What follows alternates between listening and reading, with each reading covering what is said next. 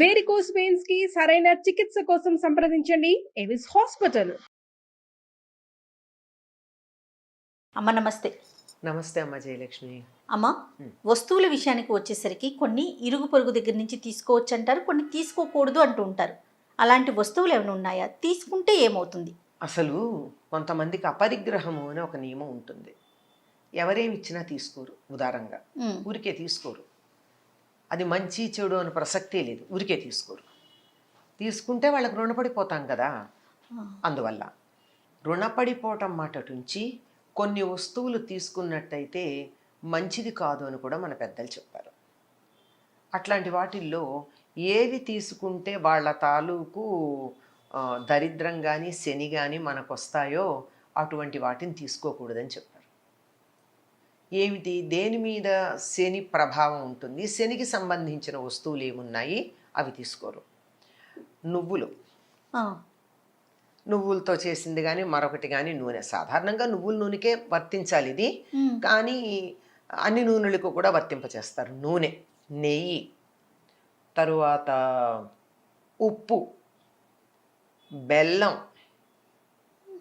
ఇనప వస్తువులు, ఇట్లాంటివి అవతల వాళ్ళ నుంచి మనం తీసుకోకూడదు. ముఖ్యంగా చేత్తో తీసుకోకూడదు. ఓహో, ఎందుకు చేత్తో తీసుకోకూడదు అంటే నాకు ఒక సమన్వయం కనిపించింది. ఇవన్నీ కూడా రక్తంలో ఎర్ర కణాలను అభివృద్ధి చేసేవి. నువ్వులు కానీ బెల్లం కానీ అంతే కదా. తర్వాత ఇనుము ఎలాగో ఇనుమే, రక్తంలో ఉండేది ఐరనే కదా ప్రధానంగా ఎర్ర రక్త కణాలకి. ఆ రక్తానికి ఈ పుచ్చుకున్న వాళ్ళ రక్తానికి మధ్య ఏదన్నా ఒక కండక్టర్ లాంటిది ఉండి తద్వారా అక్కడి నుంచి నెగిటివిటీ ఇక్కడికి రావచ్చు. ఇది నాకు తోచిన సమన్వయం. కానీ పెద్దలు చెప్పింది ఏంటంటే శని దానికి అధిపతి గనక వీటికి, దీనికి నువ్వులకి, ఇనుముకి, ధాన్యాల్లో నువ్వులు, లోహాల్లో ఇనుము, అలాగే నల్లని వస్త్రాలు, నలుపు రంగు ఆయనకి ఇష్టం, నలుపు, ముదురు నీలం, ఇట్లాంటి వస్త్రాలు, ఇలాంటివి ఇతరుల నుండి మనము తీసుకున్నట్టయితే వాళ్ళ దగ్గర ఉన్నటువంటి శని ప్రభావం ఏదైతే ఉందో అది మనకి వర్తిస్తుంది అని చెప్తారు. అందువల్ల తీసుకోరు. ఇంకా ఏమిటంటే కొన్ని వస్తువులు ఊరికే తీసుకోకూడదు. పైగా కొన్ని వస్తువులు అసలు అప్పుగా అసలు తీసుకోకూడదు. ఉదాహరణకి మన ఇంట్లో పెరుగు పూర్తిగా అయిపోయింది, పాలున్నాయి, పక్కింటికి వెళ్ళి నేను తోడు పెట్టుకుంటాను కాస్త పెరుగు ఇయ్యని అడగకూడదు. తోడుకి పెరుగు అడగడం అన్నది తోడు పెట్టడానికి అయితే మాత్రం పెరుగు ఇవ్వరండి. ఎట్టి పరిస్థితుల్లో వాళ్ళు ఇవ్వరు. మన తోడు కోసం అడిగామంటే, మనకు కావాలి అంటే వెళ్ళి మామూలుగా అడుక్కోవచ్చు. ఏమని, నాకు ఇంట్లో పెరుగు అయిపోయిందండి, కాస్త ఈ పూట నేను మజ్జిగ లేనిదే అన్నం తినలేను, కాస్త పెరుగు ఇవ్వండి అని అడిగితే అట్లా తెచ్చుకోవచ్చు. కానీ తెలిసిన వాళ్ళైతే ఎవరు తోడు కోసం అయితే మాత్రం ఇవ్వరండి పెరుగు. ఎందుకమ్మా? దాని పేరు ఏమిటమ్మా? తోడు. తోడు అంటే సహకారం. నాకు తోడుకి లేదు ఇవ్వమని అడిగితే మన దరిద్రాన్ని బయట పెట్టుకున్నట్టే కదా. అటువంటి దరిద్రులకు మనం సహాయం చేస్తే ఏమో అది మనకు అంటుకుంటే, ఇట్లాంటి అనుమానాలు ఏవో ఉండుంటాయి నేను అనుకుంటున్నాను. కానీ తోడు కోసం పెరుగు అడిగితే మాత్రం ఇవ్వరమ్మా. పల్లెటూళ్ళల్లో ఎట్టి పరిస్థితుల్లో పాడి బాగా ఉన్నటువంటి వాళ్ళు తోడు కోసం పెరుగు అడిగితే ఇవ్వరు. అది అడగకూడదు కూడా, అడగకూడదు. అలాగే ఇప్పుడు నువ్వులు ఉన్నాయి, నాకు చాలా పంట పండింది, పల్లెల్లో బాగా పండుతాయి కదా, పంట పండితే అందరికీ పంచుకునే అలవాటు ఒకటి ఉంటుంది. మరి పంట పండితే ఏం చేస్తాం, పక్క వాళ్ళందరికీ తలో కాస్త పంచుతాం. మరి పంచుకోకపోతే ఎట్లా? కానీ నువ్వులు ఇవ్వకూడదు కదా, కొనుక్కోవచ్చు. అందువల్ల నువ్వులు లాంటివి గనక ఎవరైనా మాకు పండే అయ్యని పంపిస్తే తప్పనిసరిగా ₹1 అన్నా వాళ్ళకి ఇచ్చి తీసుకోవాలి.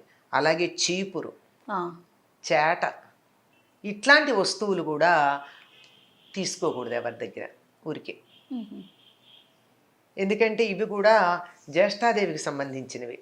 అది అడిగాము అంటే అవి అక్కడి నుంచి మనకు వచ్చినట్టు. ఇప్పుడైతే మనకి లేవు, కానీ పూర్వకాలం అలుగుగుడ్డలు ఉండేవి. అంటే ఇల్లు పేడ వేసి అలకడానికి ఒక గుడ్డలో పేడ వేసి ఇలా అలుక్కుంటూ వచ్చేవారు, అలుగుగుడ్డ అంటారు.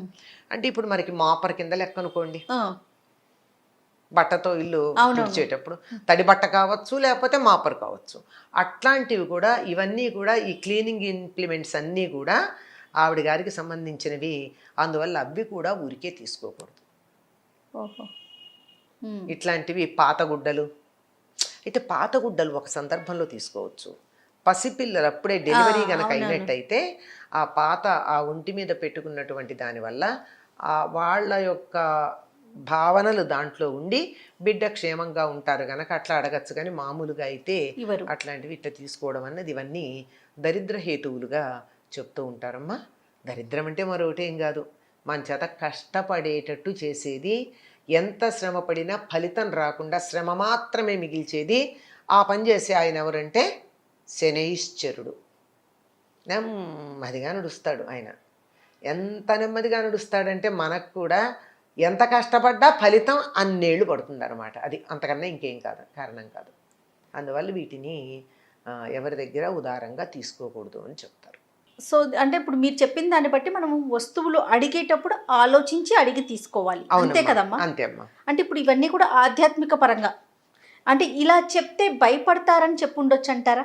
అంతే. జ్యేష్ఠాదేవికి కోపం వస్తుంది, లేకపోతే జ్యేష్ఠాదేవి మనకు వచ్చేస్తుంది, లేకపోతే ఇవి తీసుకోవటం వల్ల శని మనకు పట్టుకుంటుందని, ఇలాంటివి చెప్పటం వెనకాల అసలు కారణం ఒకటేంటంటేనమ్మా, ప్రధానంగా ఎవరి దగ్గర ఏమీ తీసుకోకూడదు అని ఊరికే తీసుకోకూడదు అనేటటువంటి భావన నియమం ఉండాలి. పెట్టుకోవాలి.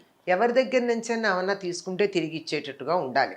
దాని బదులు ఏదో ఒకటి ఎంతో కొంత ఈ భావన ఉన్నటువంటి వాళ్ళకి మాత్రమే ఇవన్నీ వర్తిస్తాయి. కానీ ప్రతిదీ అందరి దగ్గర ఏది వస్తే అది ఊరికే వస్తే ఏదైనా తీసుకునేటటువంటి మనస్తత్వం ఉన్నటువంటి వాళ్ళు కనీసం కొన్నింట్లోనా జాగ్రత్త పడతారని చెప్పి, ఇవి తెలిస్తే ఇంకా కొన్ని విషయాల్లో కూడా జాగ్రత్తగా ఉంటారని చెప్పడం ఉంది. అందువల్ల ఉదారంగా ఎవరి దగ్గర నుంచి ఏమీ తీసుకోకూడదండి. ఇప్పటికి కూడా చెప్పేటటువంటి మాట. మీకు ఇంకా గట్టిగా చెప్పాలి అంటే దానం ఇచ్చేటప్పుడు కూడా ఇనుము దానం కానీ, పత్తి దానం కానీ, మరి నువ్వుల దానం కానీ ఎవరు పడితే వాళ్ళు తీసుకోరు.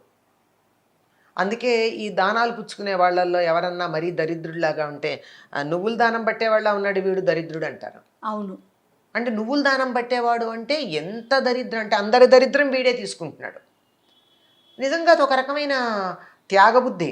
కానీ ఏం చెయ్యాలి, ఆ దానం తీసుకున్నాక ఆ ప్రభావం పోవాలి అంటే ఎన్నో లక్షల గాయత్రి చాలా నిష్ఠగా చెయ్యాలి. చేస్తున్నారా?